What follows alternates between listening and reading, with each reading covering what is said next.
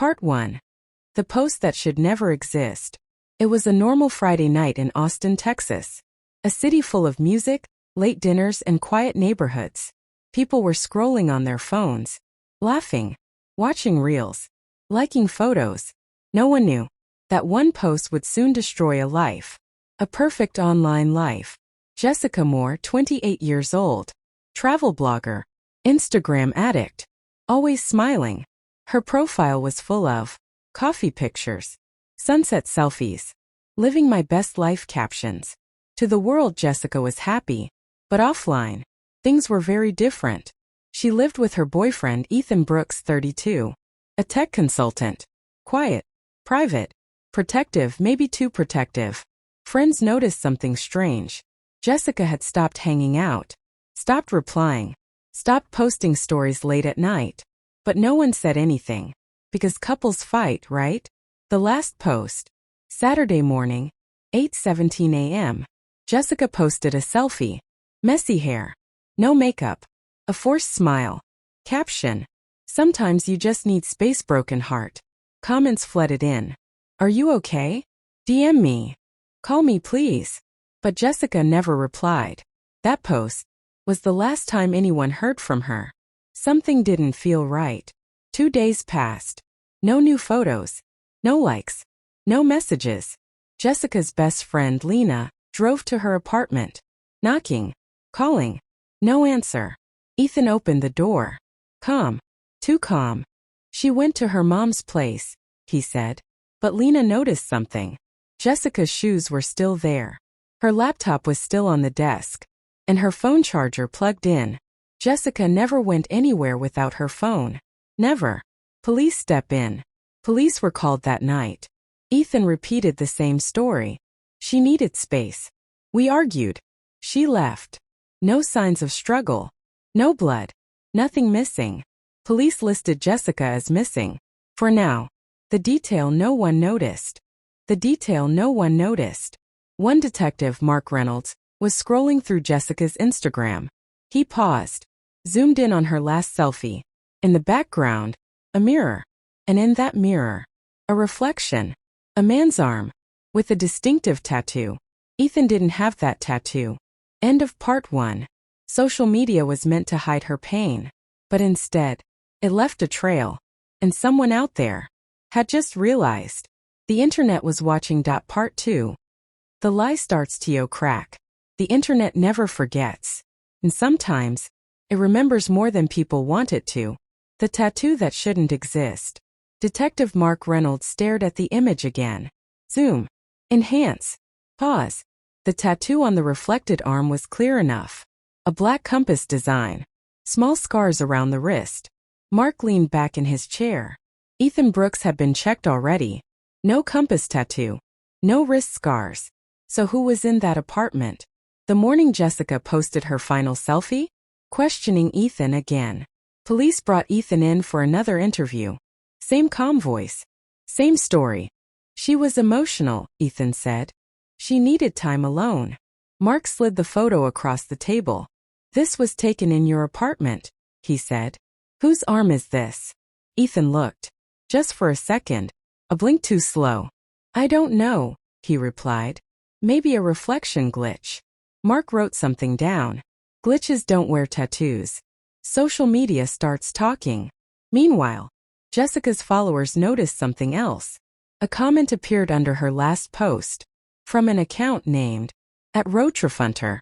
The comment said, "You should have told the truth." Screenshots spread. True crime forums caught fire. TikTok creators started analyzing her page. Police tracked the account.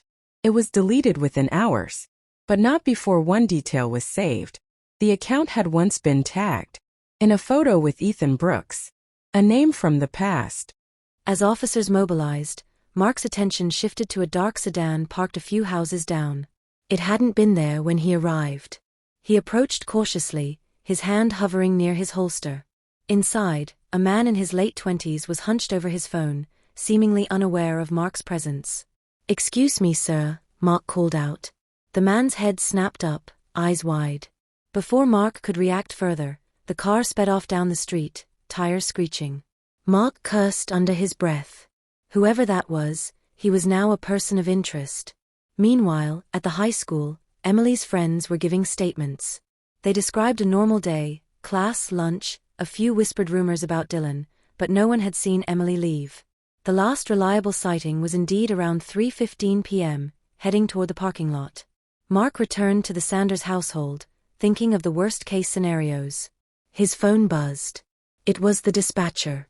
Detective, Lincoln High security footage shows Emily leaving school grounds at 3:17 p.m., heading toward the northwest exit. A dark sedan follows her out of the lot. Mark's stomach tightened. This wasn't just a disappearance, it was a planned abduction. As night fell over Chicago, Mark continued piecing together clues. Every message, every sighting, every tiny detail mattered. Somewhere out there, Emily was in danger, and time was running out. Cliffhanger for Part 2. Who is Dylan, really? And where is Emily being taken? The dark sedan hints at a larger conspiracy than anyone could have imagined. The city lights of Chicago shimmered on the wet asphalt as Detective Mark Wilson sped down the empty streets in his unmarked car.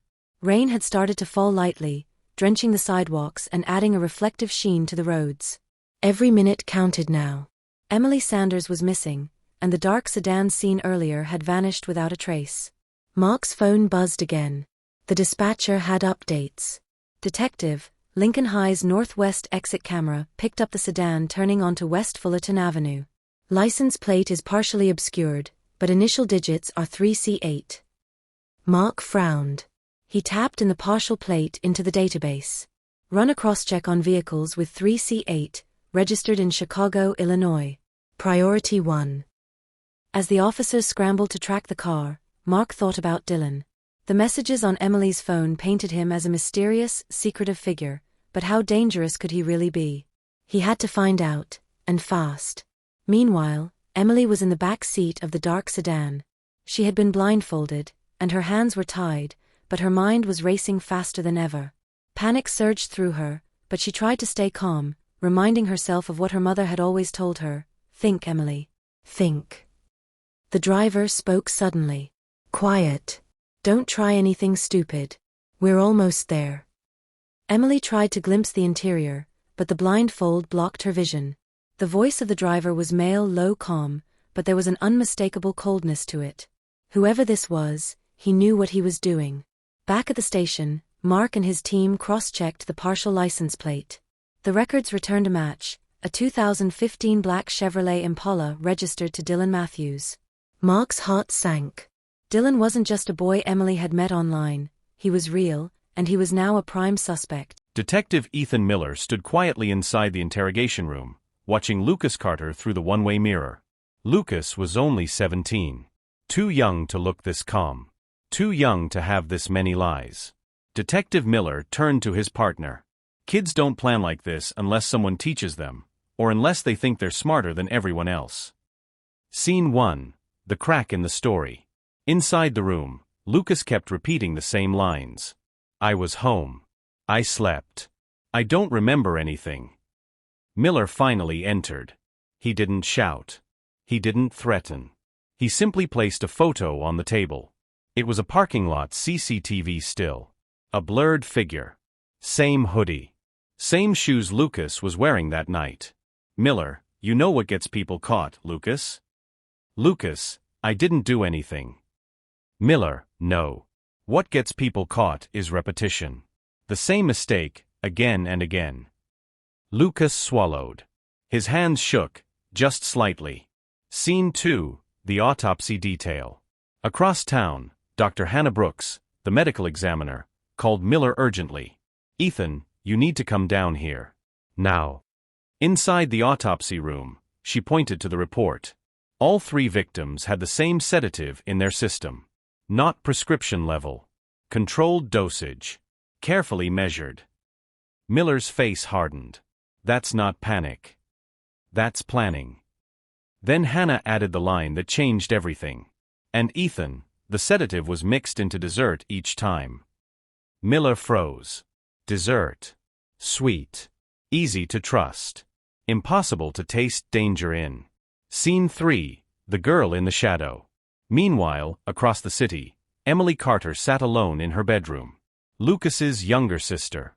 She hadn't spoken since their mother disappeared. A child psychologist tried everything. Silence. Until Emily whispered just 4 words. They made her sleep. That was it. That was enough. Scene 4. Connecting the dots. Detective Miller pinned photos on the board. The missing mother. The murdered aunt. The abandoned highway car. The dessert shop receipts. One name kept appearing.